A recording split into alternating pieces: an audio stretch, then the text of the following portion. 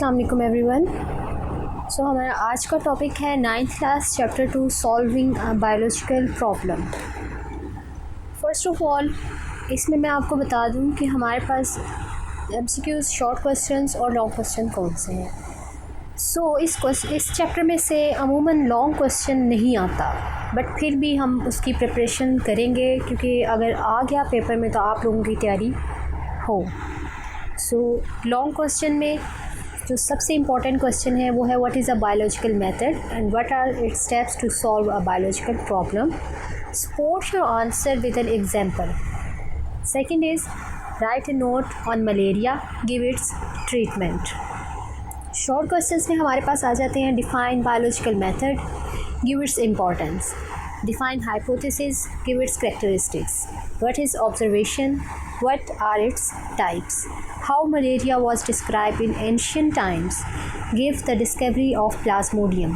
Why the female mosquito secretes saliva before drawing the blood?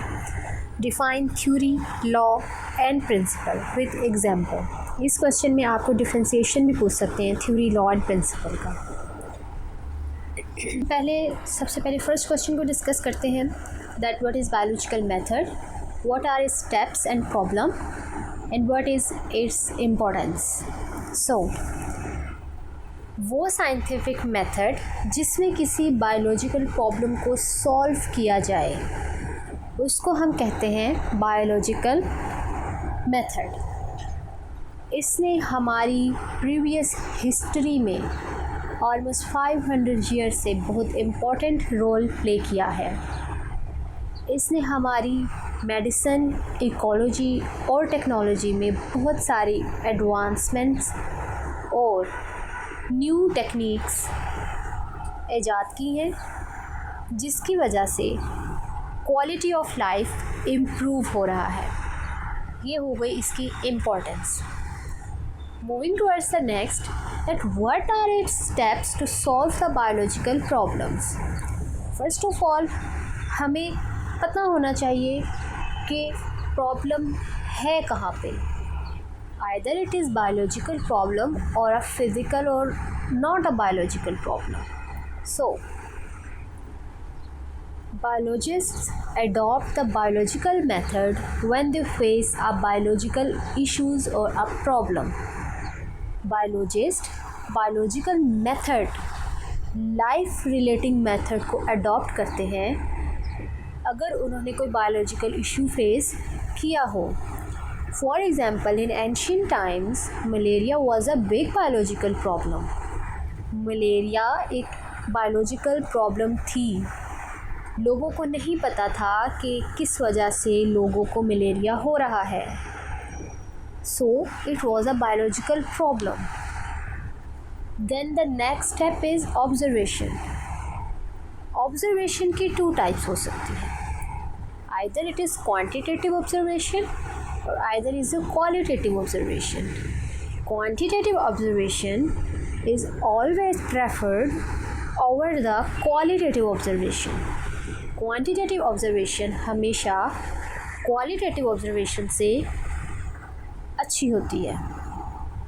Reason, quantitative observation हमें quantity बताती है, बल्कि qualitative observation हमें quality बताती है, क्वांटिटी नहीं बताती। क्वांटिटेटिव ऑब्जर्वेशन में हमें एग्जैक्ट डाटा मिल जाता है, लेकिन क्वालिटेटिव ऑब्जर्वेशन के अंदर हमें उसके फीचर्स का पता चलता है।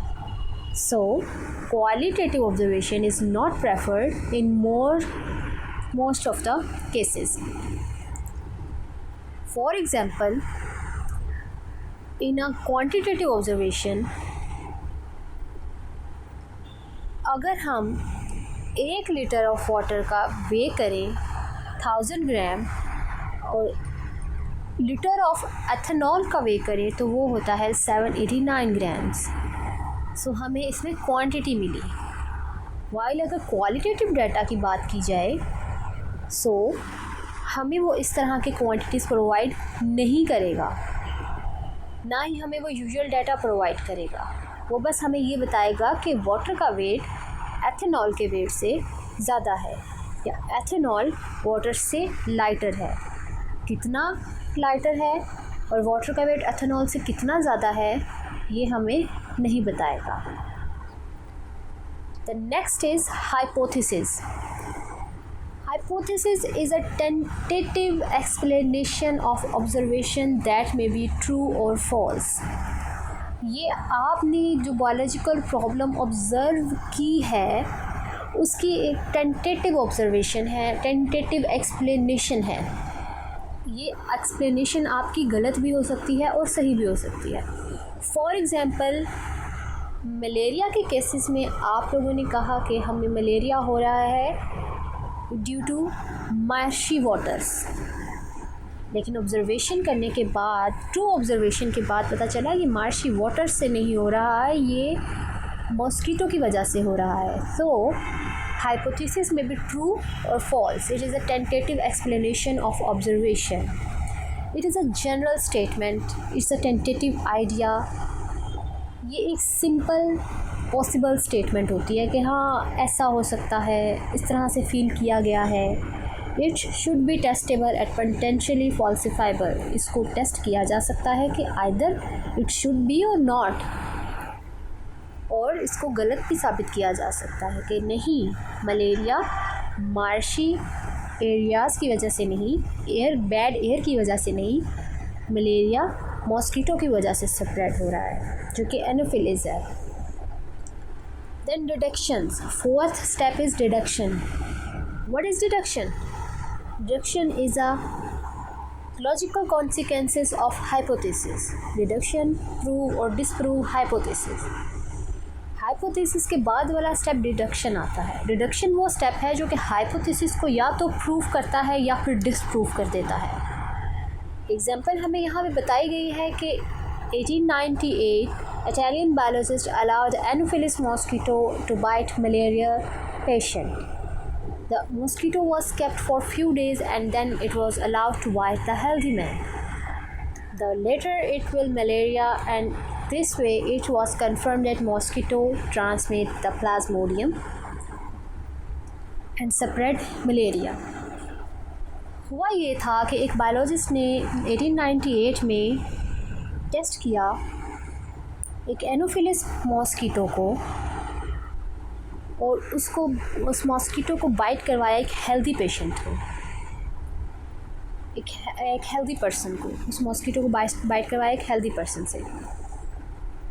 हुआ ये था कि 1898 में इटालियन बायोलॉजिस्ट ने एनोफिलिस मॉस्किटो को मलेरियल पेशेंट के ऊपर अप्लाई किया। देन उसने फिर मॉस्किटो को अलाउ किया कि वो एक हेल्दी पर्सन को बाइट करे। जब उसने हेल्दी पर्सन को बाइट किया तो उस पर्सन के अंदर मलेरिया डेवलप हो गया। साबित ये हुआ कि मलेरिया के अंदर से प्लाज्मोडियम ट्रांसमिट होता है, जो कि एक कॉज है मलेरियल डिजीज़ का। So it was example of deduction. Then experimentation. Experimentation के अंदर हम डिफरेंट स्टेप्स फॉलो करते हैं फॉर द अप्रूवल और डिसअप्रूवल ऑफ हाइपोथेसिस। हम डिफरेंट टेस्टिंग करते हैं कि हमारी हाइपोथेसिस ट्रू है या फॉल्स है, हमारी ऑब्जर्वेशन सही साबित होती है कि गलत साबित होती है। इसके अंदर ये हुआ था कि blood of 100 malarial patient was examined under the microscope. 100 malarial patients का ब्लड माइक्रोस्कोप के अंदर टेस्ट किया गया for the purpose of having a control group. The blood group of 100 healthy patients were also tested under the microscope, और 100 healthy persons का blood भी microscope के अंदर टेस्ट किया गया। 100 पेशेंट्स मलेरिया के थे और 100 हेल्दी पेशेंट्स थे। तो रिज़ल्ट से ये साबित हुआ कि जो मलेरियन पेशेंट्स थे उनके ब्लड के अंदर प्लाज्मोडियम की क्वांटिटी ज़्यादा थी। All malaria patients have Plasmodium in their blood, while 7 out of 100 healthy patients have also plasmodium in the blood, and it was an incubating period. The entry of parasite in the host and preference of symptoms means कि जो healthy patients थे उनके अंदर भी malarial symptoms थे क्योंकि उनको malarial mosquito ने बाइट किया हुआ था। Next is summarization of result. Biologist gather the data from experiments and to draw the conclusion from the use of statistical analysis. Different statistical analysis किए गए और डाटा को गैदर किया गया, इसको कहते हैं समराइजेशन ऑफ रिजल्ट। ये 6th स्टेप है। देन इसके बाद रिपोर्टिंग और रिजल्ट्स निकाले जाते हैं और उनको पब्लिशिंग की तरफ भेजा जाता है। So our second and the most important question is write a note on malaria, give its treatment and how malaria was described in ancient times. So इसमें हम मलेरिया की डिस्कवरी के बारे में पढ़ेंगे। मलेरिया पाकिस्तान के अंदर एक बहुत ही कॉमन डिजीज़ है। 2000 साल पहले फिजिशियंस मलेरिया को इस तरह से डिस्क्राइब करते थे कि ये एक ऐसी डिज़ीज़ है जो कि फ़ीवर्स और चिल्स की वजह से कॉज होती है और इसके अटैक्स बार बार होते हैं with the passage of time. उन्होंने इसको इस तरह से डिस्क्राइब किया कि ये जो लोग मार्शी एरियाज़ में और जो ऐसे एरियाज़ जो कि दलदली इलाके हों, ये वहाँ पे ज़्यादा स्प्रेड होती है। इस वजह से इन्होंने इसको नाम दिया माला means bad and aria means air, malaria. कहा जाता है रिसर्च उनकी पहले की रिसर्च ये बताती थी कि जो लोग गंदा पानी पी लेते हैं वो लोग अपने अंदर मलेरिया डेवलप कर लेते हैं। लेटर ऑन 17th सेंचुरी में अमेरिका से बहुत सारे प्लांट्स यूरोप में भेजे गए जो कि मेडिसिन के लिए यूज़ किए जाते थे। इसमें से एक प्लांट का नाम था कीना कीना। इस प्लांट ट्री की जो बार्क थी वो बहुत ज़्यादा सूटेबल थी फीवर्स को क्योर करने में। देन जो इस प्लांट की बार्क थी उसको बहुत से डिसऑनेस्ट मर्चेंट्स ने रिप्लेस करना शुरू कर दिया सिनकोना। सिनकोना एक और ट्री है जिसको इन मर्चेंट ने कीना कीना से डिस्प्लेस कर दिया। लेकिन इनकी ये डिसऑनेस्टी मलेरिया को क्योर करने में एक्सीलेंट प्रूव हुई। So how the malaria was treated in ancient times with the bark of cinchona tree. Later discovery ये साबित करती है कि मलेरिया प्लाज्मोडियम स्प्रेड करता है जो कि कॉज है मलेरिया का। सो हम नेक्स्ट पढ़ने जा रहे हैं डिस्कवरी ऑफ प्लाज्मोडियम। ये tiny organism, diseases and tiny organisms. Scientists ने मलेरिया को ट्रीट करना शुरू कर दिया उसके कॉज को जाने बगैर। उन्हें ये नहीं पता था कि मलेरिया का कॉज क्या है, मगर उन्होंने सिनकोना ट्री की बार्क से मेडिसिन बनाई और उसको ट्रीट करना शुरू कर दिया। 2 सालों बाद पता चला कि ये डिज़ीज़ जो मलेरिया की डिज़ीज़ है ये छोटे छोटे ऑर्गेनिज़म्स हैं उनकी वजह से कॉज हो रही है और इन ऑर्गेनिज़म को मलेरिया स्प्रेड करने का बायस करार दिया गया। ये टाइनी क्रिएचर्स मलेरियल पेशेंट के ब्लड के अंदर होती हैं। इसके बाद लेवरान की एक्सपेरिमेंटेशन आई। Laveran is a scientist Leveran was a scientist who found that there are tiny creatures in the blood of malarial patients. After that, some other scientists found these tiny creatures in the blood of malarial patients and these tiny creatures was named as the Plasmodium. लेवरान की experimentations ये show करती हैं कि ये छोटी creatures, tiny micro organisms malarial patients के blood के अंदर हैं और उन क्रिएचर्स को प्लाज्मोडियम का नाम दिया गया। Next question is why the female mosquito secrete saliva before drawing the blood from the body. एक फीमेल मॉस्किटो, याद रखिएगा कि मेल मॉस्किटो बाइट नहीं करता। फीमेल मॉस्किटो ज़्यादातर बाइट करती है। और फीमेल मॉस्किटो जब बाइट करती है तो वो अपना सलाइवा पहले सिक्रीट करती है और ब्लड बॉडी के अंदर से बाद में ड्रॉ करती है। So what is the reason behind that? So she injects a small amount of saliva before drawing the blood because saliva prevents the blood from clotting in her food canal.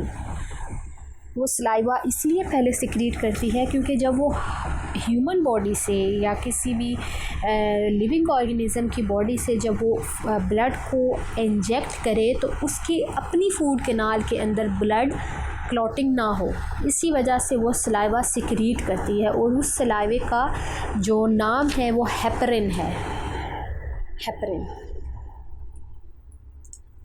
The next question is define theory, law and principle. Theory is the hypothesis that stand with the test of time, often tested and never rejected are called the theories. वो hypothesis जो कि test की जाएं लेकिन उनको reject ना किया जाए, these are the theories. They are supported by the great deal of evidence. इनके पास वो थ्योरी जिसके पास एक प्रॉपर एविडेंस हो और जिसको डिसप्रूव ना किया जा सके, इसको हम थ्योरी कहते हैं। While the laws and the principles may be disproved, if the theory are doubtful approach and continues to be supported by experimental evidence, it becomes law and principle. For example, Hardy-Weinberg law and Mendel's law of inheritance. See you in the next class. Thank you.